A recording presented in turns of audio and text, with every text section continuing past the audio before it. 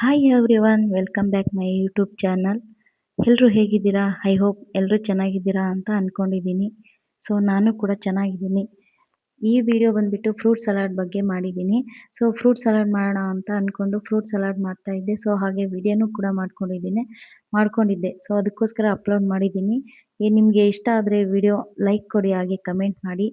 ಯಾರಾದರೂ ಸಬ್ಸ್ಕ್ರೈಬ್ ಮಾಡಿಲ್ಲ ಅಂದರೆ ಸಬ್ಸ್ಕ್ರೈಬ್ ಮಾಡಿ ನೋಡಿ, ಓಕೆನಾ? ಹಾಗೆ ನೋಡಬೇಡಿ. ಹಾಗೆ ನೋಡಿದರೆ ನಾವು ಮಾಡಿರೋ ವಿಡಿಯೋ ನಿಮಗೆ ನೋಟಿಫಿಕೇಶನ್ ಬರಲ್ಲ. ಸೊ ಹಾಗಾಗಿ ಸಬ್ಸ್ಕ್ರೈಬ್ ಮಾಡ್ಕೊಂಡು ನೋಡಿ. ನಮ್ಮ ಪ್ರತಿಯೊಂದು ವಿಡಿಯೋ ಕೂಡ ನಿಮಗೆ ನೋಟಿಫಿಕೇಶನ್ ಬಂದು ತಲುಪುತ್ತೆ. ಸೊ ಈಗ ಫ್ರೂಟ್ ಸಲಾಡ್ ಬಗ್ಗೆ ಹೇಳ್ತಾ ಹೋಗ್ತೀನಿ. ಇವಾಗ ನಾನು ಒಂದು ಕರ್ಬೂಜ ಹಣ್ಣು ತೊಗೊಂಡಿದ್ದೀನಿ.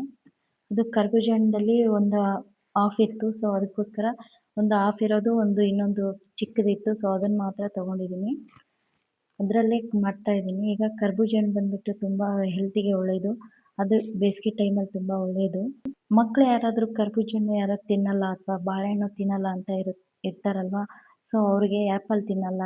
ಕೆಲವೊಂದು ಮಕ್ಕಳಿಗೆ ಹೇಳ್ತಾ ಇರ್ತಾರೆ, ನನ್ನ ಮಗ ಆ್ಯಪಲ್ಲೇ ತಿನ್ನಲ್ಲ ಅಥವಾ ಬಾಳೆಹಣ್ಣೇ ತಿನ್ನಲ್ಲ ಅಂತ ಹೇಳ್ತಾ ಇರ್ತಾರೆ. ಸೊ ಅಂಥ ಮಕ್ಕಳಿಗೆ ಈ ಥರ ಎಲ್ಲ ಫ್ರೂಟ್ನ ಮಿಕ್ಸ್ ಮಾಡಿ ಸಲಾಡ್ ಥರ ಮಾಡಿಕೊಟ್ರೆ ಖಂಡಿತ ತಿಂತಾರೆ ಅಂತ ನನ್ನ ಅಭಿಪ್ರಾಯ. ಸೊ ನನ್ನ ಮಗ ಎಲ್ಲನೂ ತಿಂತಾನೆ. ಯಾವುದೇ ಹಣ್ಣು ಕೊಟ್ಟರು ತಿಂತಾನೆ. ಇವನ್ ತರಕಾರಿ ಕೂಡ ಯಾವುದೇ ಕೊಟ್ಟರು ತಿಂತಾನೆ, ಹಾಗಲಕಾಯಿ ಒಂದು ಬಿಟ್ಟು. ಸೊ ಅದಕ್ಕೋಸ್ಕರ ಯಾರಾದರೂ ತಿಂದೇ ಇರೋ ಮಕ್ಕಳಿಗೆ ಆದರೆ ನೀವು ಈ ಥರ ಮಾಡಿಕೊಡಿ, ಓಕೆನಾ? ಸಲಾಡ್ ಥರ ಅಂದರೆ ಎಲ್ಲ ಫ್ರೂಟ್ಸು ಮಿಕ್ಸ್ ಮಾಡಿಕೊಡಿ, ಚೆನ್ನಾಗಿರುತ್ತೆ. ಸೊ ಅದಕ್ಕೋಸ್ಕರ ನಾನು ಇವತ್ತು ಡಿಫ್ರೆಂಟಾಗಿ ಮಾಡ್ತಾಯಿದ್ದೀನಿ. ಸೊ ಡ್ರೈ ಫ್ರೂಟ್ಸ್ ಇತ್ತಲ್ವ, ಸೊ ಡ್ರೈ ಫ್ರೂಟ್ಸು ಮಿಕ್ಸ್ ಮಾಡಿ ಮಾಡ್ತಾಯಿದ್ದೀನಿ.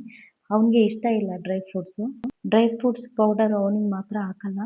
ಸೊ ನಾವು ನಮ್ಮ ಹಸ್ಬೆಂಡಿಗೆ ಮಾತ್ರ ಹಾಕೋಣ ಅಂತ ಅಂದ್ಕೊಂಡ್ರು. ಅವನಿಗೆ ಫಸ್ಟ್ ಮಾಡಿಕೊಡ್ತಾಯಿದ್ದೀನಿ. ಸೊ ನಾನು ಇದು ಮಾಡೋಕ್ಕೋಸ್ಕರ ಅದೇ ಹೇಳಿದ್ನಲ್ಲ, ಕರ್ಬೂಜ ಹಣ್ಣು ತೊಗೊಂಡಿದ್ದೀನಿ, ಆ್ಯಪಲ್ ಅರ್ಧ ತೊಗೊಂಡಿದ್ದೀನಿ. ನಿಮ್ಮ ಹತ್ರ ಯಾವುದೂ ಹಣ್ಣಿಲ್ಲ, ತುಂಬ ಹಣ್ಣು ಬೇಕಾಗಿಲ್ಲ ಇದಕ್ಕೆ. ಸೊ ಎಲ್ಲ ಒಂದೊಂದು ಹಣ್ಣು ಇದ್ದರೂ ಓಕೆನಾ? ಸೊ ಈ ಥರ ಮಾಡಿಕೊಟ್ರೆ ಒಳ್ಳೆಯದು. ನನ್ನ ಹತ್ರ ಇವಾಗ ಸದ್ಯಕ್ಕೆ ಆ್ಯಪಲ್ ಇತ್ತು. ಆ್ಯಪಲ್ ಆಲ್ರೆಡಿ ಮೊದಲೇ ತೊಗೊಂಡು ಬಂದಿದ್ದರು, ತಂದು ಒಂದು 2 ಡೇಸ್ ಆಗಿತ್ತು. ಸೊ ಇವಾಗಿದು ಅಷ್ಟೇ ಇತ್ತು. ಏನೇನಿದೆ ಅಂತೇಳಿ ನೋಡಿಬಿಟ್ಟು ಮಾಡ್ತಾಯಿದ್ದೆ. ಸೊ ಆ್ಯಪಲ್ ಇತ್ತು. ಅವನಿಗೆ ಜ್ಯೂಸ್ ಬೇಕು ಅಂದ. ಸೊ ಬೇಡ, ಈ ಥರ ಮಾಡೋಣ ಅಂತೇಳಿ ಮಾಡಿಕೊಡ್ತಾಯಿದ್ದೆ ಅವನಿಗೆ. ಈ ಹಣ್ಣುಗಳಲ್ಲಿ ನೈಸರ್ಗಿಕವಾಗಿರುತ್ತೆ ಸಕ್ಕರೆ ಅಂಶ ಆಗಲಿ, ವಿಟಮಿನ್ಸ್ ಆಗಲಿ ಎಲ್ಲ ಕೂಡ. ಸೊ ಈ ಹಣ್ಣುಗಳಲ್ಲಿ ಕೂಡ ಇಂಜೆಕ್ಷನ್ ಕೊಟ್ಟು ಹಣ್ಣು ಮಾಡುವಂಥ ಸಿಚುವೇಶನ್ ಇದೆ ಕೂಡ ಈಗಲೂ. ಬಟ್ ಆದರೂ ನಾವು ಕಣ್ಣಾರೆ ಅಂತೂ ನೋಡಿರಲ್ವಲ್ಲ. ಸೊ ಏನೂ ಮಾಡೋಕ್ಕಾಗಲ್ಲ. ಇವಾಗ ಸದ್ಯಕ್ಕೆ ಏನು ಸಿಕ್ಕಿದೆ ಅದನ್ನೇ ತಿಂದು ಉಂಡು ಇರಬೇಕು. ಸೊ ಅದಕ್ಕೋಸ್ಕರ ವಿಟಮಿನ್ಸ್ ಎಲ್ಲ ಇರುತ್ತೆ ಅಂತೇಳಿ ತಿನ್ನಬೇಕಾಗಿದೆ. ಅದು ಇದೆ ಅಂತಲೇ ಅಂದ್ಕೊಂಡು ತಿನ್ನೋಣ.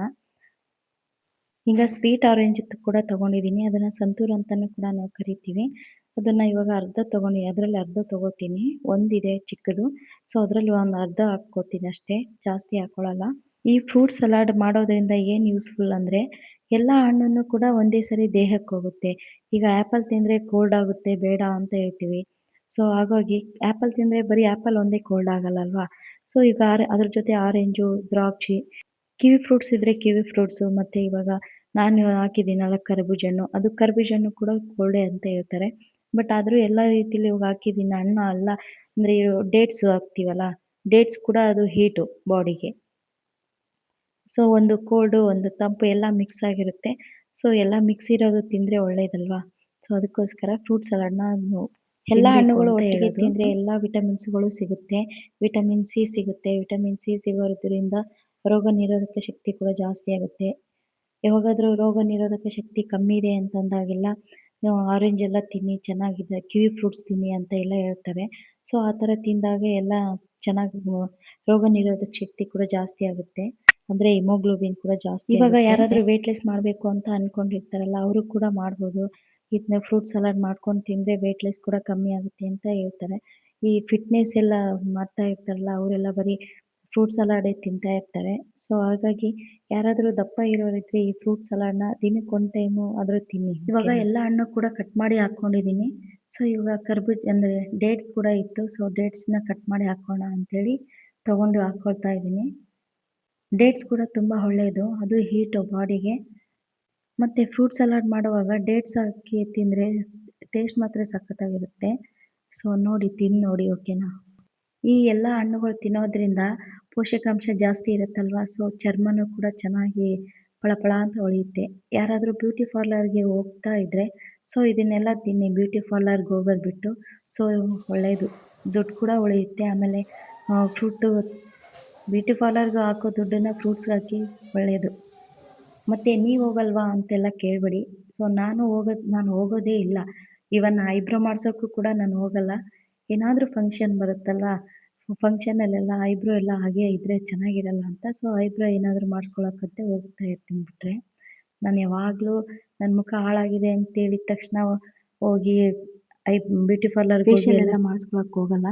ಸೊ ಏನಾದರೂ ಫಂಕ್ಷನ್ ಅಂದರೆ ಮದುವೆ ಅಂತ ಏನಾದರೂ ಇದ್ದಾಗ ಮಾತ್ರ ಹೋಗಿ ಐಬ್ರೋ ಮಾಡಿಸ್ಕೊಳ್ಳೋದು ಅಥವಾ ಫೇಶಿಯಲ್ ಮಾಡಿಸ್ಕೊಳ್ಳೋದು ಮಾಡ್ತೀವಿ. ಯಾಕಂದರೆ ಆವಾಗ ಮದುವೆಯಲ್ಲಿ ಸ್ವಲ್ಪ ಇವಾಗಿರೋದಕ್ಕಿಂತ ಇನ್ನೂ ಸ್ವಲ್ಪ ಚೆನ್ನಾಗಿ ಕಾಣಲಿ ಅಂತ ಹೋಗಿ ಮಾಡಿಸ್ಕೊಳ್ತೀವಿ ಬಿಟ್ಟರೆ, ಅದು ಬಿಟ್ಟರೆ ಇನ್ಯಾವುದಕ್ಕೂ ಹೋಗಲ್ಲ.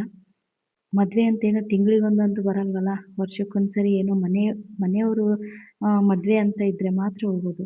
ಬೇರೆ ಎಲ್ಲ ಬೇರೆ ದೂರದ ರಿಲೇಷನು ಆ ಥರ ವಿಟಮಿನ್ ಸಿ ಇರೋದ್ರಿಂದ ದೇಹಕ್ಕೂ ಒಳ್ಳೆಯದು ಮತ್ತು ಚರ್ಮದ ಕಾಂತಿಗೂ ಒಳ್ಳೆಯದು. ಸೊ ಅದಕ್ಕೋಸ್ಕರ ಇದನ್ನು ತಿನ್ನಬೇಕು ಅಂತ ಹೇಳ್ತಾರೆ ಎಲ್ಲರೂ. ಸೊ ಎಲ್ಲರೂ ಅನ್ನೋದಕ್ಕಿಂತ ಮೇಯ್ನಾಗಿ ಡಾಕ್ಟ್ರುಗಳು ಹೇಳ್ತಾ ಇರ್ತಾರೆ. ಹಾಸ್ಪಿಟ್ಲಿಗೆ ಹೋದಾಗ ಕೇಳಿ ಬೇಕಿದ್ರೆ ಫ್ರೂಟ್ ತಿನ್ನಿ, ಫ್ರೂಟ್ ಸಲಾಡ್ ತಿನ್ನಿ ಅಂತ ಹೇಳ್ತಾ ಇರ್ತಾರೆ. ಸೊ ನಾನು ಕೂಡ ಇವಾಗ ಅದನ್ನೇ ಹೇಳ್ತಾ ಇದ್ದೀನಿ. ನಾನು ತಿಂತಾ ಇದ್ದೀನಿ ಕೂಡ. ಎಲ್ಲ ಫ್ರೂಟ್ಸು ಮಿಕ್ಸ್ ಮಾಡೀನಿ ಮತ್ತು ಅದ್ರ ಜೊತೆ ಇವಾಗ ಸ್ವಲ್ಪ ಜೇನುತುಪ್ಪ ಹಾಕ್ಕೋಬೇಕು. ಜೇನುತುಪ್ಪ ಹಾಕ್ಕೊಂಡ್ರೆ ಚೆನ್ನಾಗಿರುತ್ತೆ. ಸೊ ಅದಕ್ಕೋಸ್ಕರ ಜೇನುತುಪ್ಪ ಹಾಕ್ಕೊಂಡಿದ್ದೀನಿ ಮತ್ತು ಸ್ವಲ್ಪ ಸಕ್ಕರೆನೂ ಕೂಡ ಹಾಕ್ಕೋಬೇಕು. ಇನ್ನು ಹಾಲು ಹಾಕ್ಕೊಳ್ತಾ ಇದ್ದೀನಿ. ಹಾಲು ಸ್ವಲ್ಪ ಜಾಸ್ತಿನೇ ಹಾಕ್ಕೊಂಡಿದ್ದೀನಿ. ಅವನು ಕುಡಿತಾನೆ ಹಾಗೆ. ಹಾಲು ಬೆಳಗ್ಗೆ ಕೊಟ್ಟಿರಲಿಲ್ವಲ್ಲ, ಸೊ ಅದಕ್ಕೋಸ್ಕರ ಇವಾಗ ಫ್ರೂಟ್ ಸಲಾಡ್ ಜೊತೆಗೆ ಹಾಲು ಕೊಟ್ರಾಯ್ತು ಅಂತೇಳಿ ಸ್ವಲ್ಪ ಜಾಸ್ತಿನೇ ಹಾಕ್ಕೊಂಡಿದ್ದೀನಿ. ಸ್ವಲ್ಪ ಹಾಗೆ ಹಾಲು ಹಾಕಿದ್ಮೇಲೆ ಸ್ವಲ್ಪ ಮತ್ತೆ ಜೇನುತುಪ್ಪ ಹಾಕ್ಕೊಳ್ತಾ ಇದ್ದೀನಿ. ಜೇನುತುಪ್ಪ ಹಾಕ್ಕೊಂಡ್ಮೇಲೆ ಕೆಂಪು ಸಕ್ಕರೆ ಇದ್ದರೆ ಕೆಂಪು ಸಕ್ಕರೆ ಹಾಕ್ಕೊಳ್ಳಿ, ಇಲ್ಲದೇ ಇದ್ದರೆ ವೈಟ್ ಸಕ್ಕರೆ ಇರುತ್ತಲ್ಲ, ವೈಟ್ ಸಕ್ಕರೆ ಹಾಕ್ಕೊಳ್ಳಿ. ಬೆಲ್ಲನೂ ಹಾಕ್ಕೋಬೋದು, ಬೆಲ್ಲನೂ ಪುಡಿ ಮಾಡ್ಕೊಂಡು ಚೆನ್ನಾಗಿ ಅದು ಕೂಡ ಹಾಕ್ಕೋಬೋದು, ಟೇಸ್ಟ್ ಚೆನ್ನಾಗಿರುತ್ತೆ. ಸೊ ನಾನೀಗ ಸ್ವಲ್ಪ ಲೈಟಾಗಿ ಹಾಕ್ಕೊಂಡಿದ್ದೀನಿ, ಯಾಕಂದರೆ ಜೇನುತುಪ್ಪ ಕೂಡ ಸ್ವಲ್ಪ ಸ್ವೀಟ್ ಇದೆ. ಸೊ ಅದಕ್ಕೋಸ್ಕರ ನಾನು ಸ್ವಲ್ಪನೇ ಹಾಕ್ಕೊಂಡಿದ್ದೀನಿ ಸಕ್ಕರೆ. ಸೊ ಮಿಕ್ಸ್ ಮಾಡ್ಕೊಂಡಿದ್ದೀನಿ. ಇವಾಗ ಅವನಿಗೆ ಸರ್ವ್ ಮಾಡೋಣ ಅಂತ ಅವನಿಗೆ ಮಾತ್ರ ಹಾಕ್ಕೋತಾ ಇದ್ದೀನಿ. ಈ ಸಲಾಡ್ಗಳಲ್ಲಿ ಪೊಟ್ಯಾಷಿಯಮ್ ಮತ್ತು ಫೈಬರ್ ಕಂಟೆಂಟ್ ಜಾಸ್ತಿ ಇರುತ್ತೆ. ಸೊ ಅದಕ್ಕೋಸ್ಕರ ಹೃದಯದ ಕಾಯಿಲೆ ಅಥವಾ ಬೇರೆ ಏನೇ ಇದ್ದರೂ ಕೂಡ ತಿನ್ಬೋದು.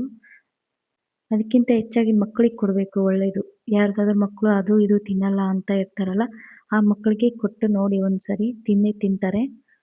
ಫ್ರೂಟ್ ಸಲಾಡ್ ಮಾಡೋಕ್ಕೆ ಇಂಥದ್ದೇ ಹಣ್ಣು ಬೇಕು ಅಂತ ಇಲ್ಲ. ನಿಮ್ಮ ಹತ್ರ ಯಾವ್ದ್ಯಾವ್ದು ಇದೆಯೋ ಅದರಲ್ಲೇ ಫ್ರೂಟ್ ಸಲಾಡ್ ಮಾಡ್ಬೋದು. ಸ್ವಲ್ಪ ಈ ಥರ ಖರ್ಜೂರ ಏನಾದರೂ ಇದ್ದರೆ ಸ್ವಲ್ಪ ಟೇಸ್ಟ್ ಚೆನ್ನಾಗಿರುತ್ತೆ ಮಕ್ಕಳಿಗೆ ತಿನ್ನೋಕ್ಕೆ. ನನ್ನ ಮಗನಿಗೆ ಖರ್ಜೂರ ಸ್ವಲ್ಪ ಜಾಸ್ತಿ ಇಷ್ಟ ಅವನಿಗೆ. ಸೊ ಅದಕ್ಕೋಸ್ಕರ ಖರ್ಜೂರ ಸ್ವಲ್ಪ ಜಾಸ್ತಿ ಹಾಕಿದ್ದೀನಿ. ಮನೇಲಿ ಯಾರಾದರೂ ಏಜ್ ಆಗಿರೋರು ಅಥವಾ ಚಿಕ್ಕ ಮಕ್ಕಳಿಗೆ ಇದು ತುಂಬ ಒಳ್ಳೆಯದು. ಸ್ವಲ್ಪ ಏಜ್ ಆಗಿರೋರಿಗೂ ಕೊಟ್ಟರು ಕೂಡ ಒಳ್ಳೆಯದು, ತಿಂದರೆ ಒಳ್ಳೆಯದಾಗುತ್ತೆ.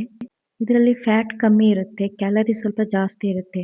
ಸೊ ಅದಕ್ಕೋಸ್ಕರ ಕ್ಯಾಲರಿ ಇರೋದ್ರಿಂದ ಮಕ್ಕಳಿಗೆ ಒಳ್ಳೆಯದು ಮತ್ತು ವಯಸ್ಸಾದವ್ರಿಗೂ ಒಳ್ಳೆಯದು. ಆಮೇಲೆ ಯಾರಾದರೂ ತುಂಬ ದಪ್ಪ ಇರ್ತಾರಲ್ವ, ಅವ್ರಿಗೂ ಕೂಡ ಒಳ್ಳೆಯದು. ಸೊ ಅವನಿಗೆ ಕೊಟ್ಟಾಯಿತು ಅಂತೇಳಿ ಇವಾಗ ನಮ್ಮ ಹಸ್ಬೆಂಡಿಗೆ ಡ್ರೈ ಫ್ರೂಟ್ಸ್ ಪೌಡರ್ ಇತ್ತಲ್ವ, ಸೊ ಅದನ್ನು ಮಿಕ್ಸ್ ಮಾಡಿ ಕೊಡ್ತಾ ಇದ್ದೀನಿ. ಸೊ ಅವ್ರಿಗೆ ಗೊತ್ತಿಲ್ಲ ನಾನು ಮಿಕ್ಸ್ ಮಾಡಿದ್ದು. ನನ್ನ ಮಗನಿಗೆ ಅದು ಬೇಡ ಅಂತ ಹೇಳ್ದ ಅವನೇ, ಸೊ ಅದಕ್ಕೋಸ್ಕರ ಹಾಕಲಿಲ್ಲ. ಇನ್ನು ಇವ್ರಿಗೆ ಹೇಳಿಲ್ಲ ನಾನು, ಸೊ ಹಾಗೆ ಹಾಕಿ ಕೊಟ್ಟಿದ್ದೀನಿ. ಇವನಿಗೂ ಕೊಡ್ತಾ ಇದ್ದೀನಿ. ಸೊ ಇವನು ಇವಾಗ ತಿಂತಾನೆ. ಮಕ್ಕಳಿಗೆ ಅವ್ರಿಗೆ ತಿನ್ನಕ್ಕೆ ಬಿಡಬೇಕು. ಸೊ ಅದಕ್ಕೋಸ್ಕರ ನಾನು ಅವನಿಗೆ ಕೊಡ್ತೀನಿ. ಇವಾಗ ನಾನು ತಿನ್ಸಕ್ಕೆ ಹೋದ್ರೂ ಅವ್ನು ಬೇಡ ಅಂತಾನೆ. ಸೊ ಅದಕ್ಕೋಸ್ಕರ ಅವನಿಗೆ ಬಿಟ್ಬಿಡ್ತೀನಿ ತಿನ್ನೋಕ್ಕೆ.